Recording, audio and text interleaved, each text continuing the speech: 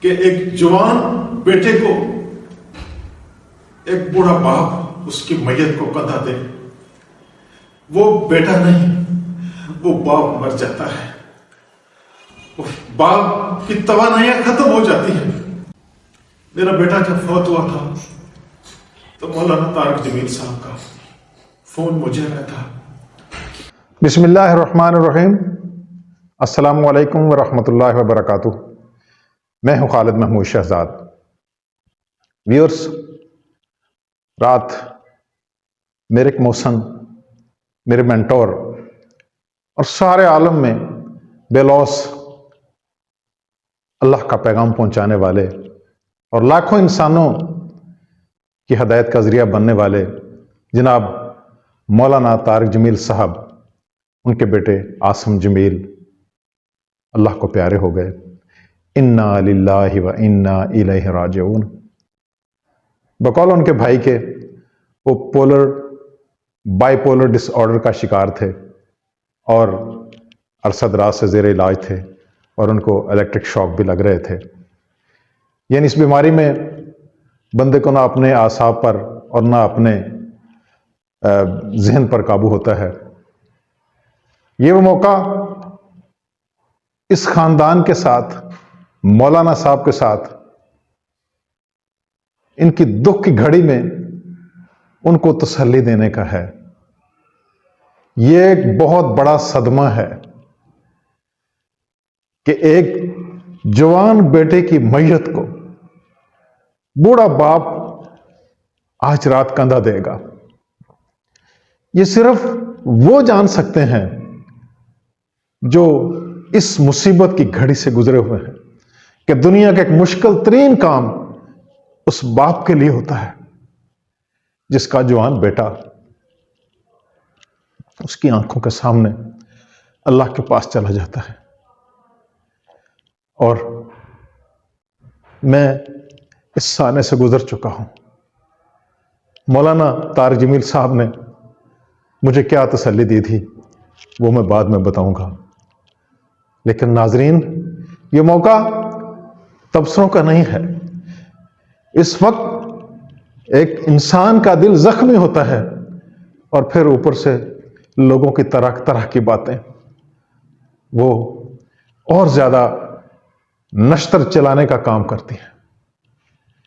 آزمائشیں ہر انسان پر آتی ہیں اور حدیث مبارکہ کا مفہوم ہے کہ سب سے زیادہ آزمائشیں ان پر آتی ہیں جو اللہ کو محبوب ہیں، اور وہ انبیاء ہیں، اور انبیاء کے بعد ان پر سب سے زیادہ آزمائشیں آتی ہیں جو اللہ کو زیادہ پیارے ہوتے ہیں۔ اور جتنا انسان نیکی کے راستے پر ہوتا ہے اتنے ہی اس پر آزمائشیں آتی ہیں۔ مولانا صاحب تو پہلے ہی بڑی تکلیف اور کرم میں گزر رہے ہیں۔ وہ تو گلوبل ہارٹ اٹیک کا شکار ہو چکے ہیں اور مستقل ادویات پر ہیں۔ اللہ نے ابھی ان سے کام لینا ہے اور مستقل سر درد کی دوائیاں کھا رہے ہیں جو پچھلے دنوں میں نے سنا ہے۔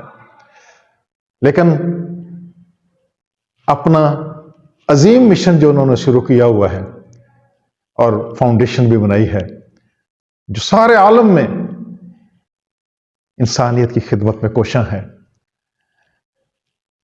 اللہ تعالیٰ ان کو زندگی دے، اللہ ان کو صحت دے، اللہ ان کو حوصلہ دے، اللہ ان کو صبر دے۔ مولانا تو ہر موقع پر انہوں نے جہاں بھی مسلمان دکھ مصیبت میں مبتلا ہوئے ان کو تسلی دی۔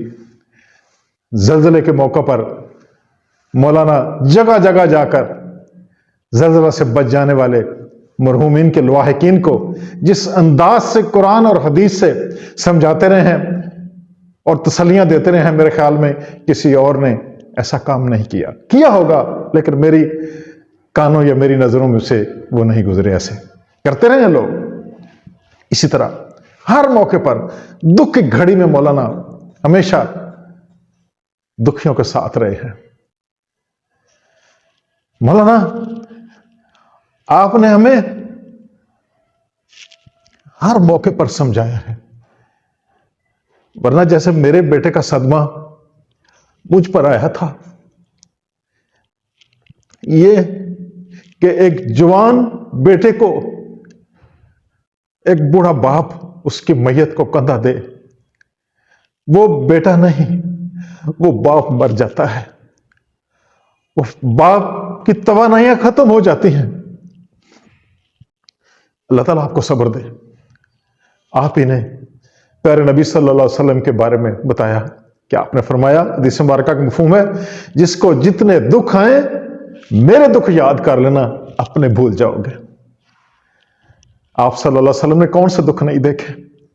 بیٹیوں کے طلاق کا صدمہ آپ نے بھی برداشت کیا، بیٹیوں کو اپنے ہاتھوں سے قبر میں اتارنے والے آپ ہی تھے، اور بیٹا اللہ نے دیا، دنیا سے جانے سے صرف 6 ماہ بعد وہ 1.5 سال کا بچہ ہو گیا، اللہ نے اس کو بھی بلانے کا فیصلہ کیا۔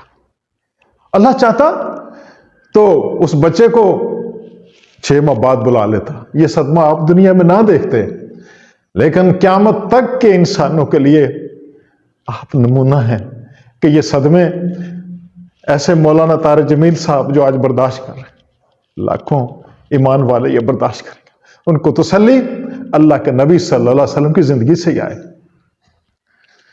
آپ کو جب خبر ملی کہ ابراہیم سکرات میں ہے، آپ یوں چلے جیسے ہوا چلتی ہے۔ باپ دیکھنا ہو تو اب دیکھو، جو ہی آپ کمرے میں داخل ہوئے، آپ نے یوں بچے کو گود میں لیا، اور جو ہی نظروں سے نظریں چار ہوئیں، جیسے شمع کو بجھنے کے لیے آخری جھونکے کا انتظار تھا، گود میں لیا، اور ابراہیم اللہ کو پیارے ہو گئے۔ اللہ کے نبی صلی اللہ علیہ وسلم نے فرمایا، ابراہیم تو بڑا غم دے کر جا رہا ہے، لیکن آنکھ اشکبار ہے، دل پارا پارا ہے، مگر زبان سے وہی نکلے گا جو میرا اللہ چاہتا ہے۔ مولانا آپ نے ہمیں بتایا ہوا ہے کہ آزمائشیں، مصیبتیں، یہ حدیث مبارکہ کا مفہوم ہے، روزانہ اللہ سے اجازت مانگتے ہیں، یا اللہ میں کدھر جاؤں؟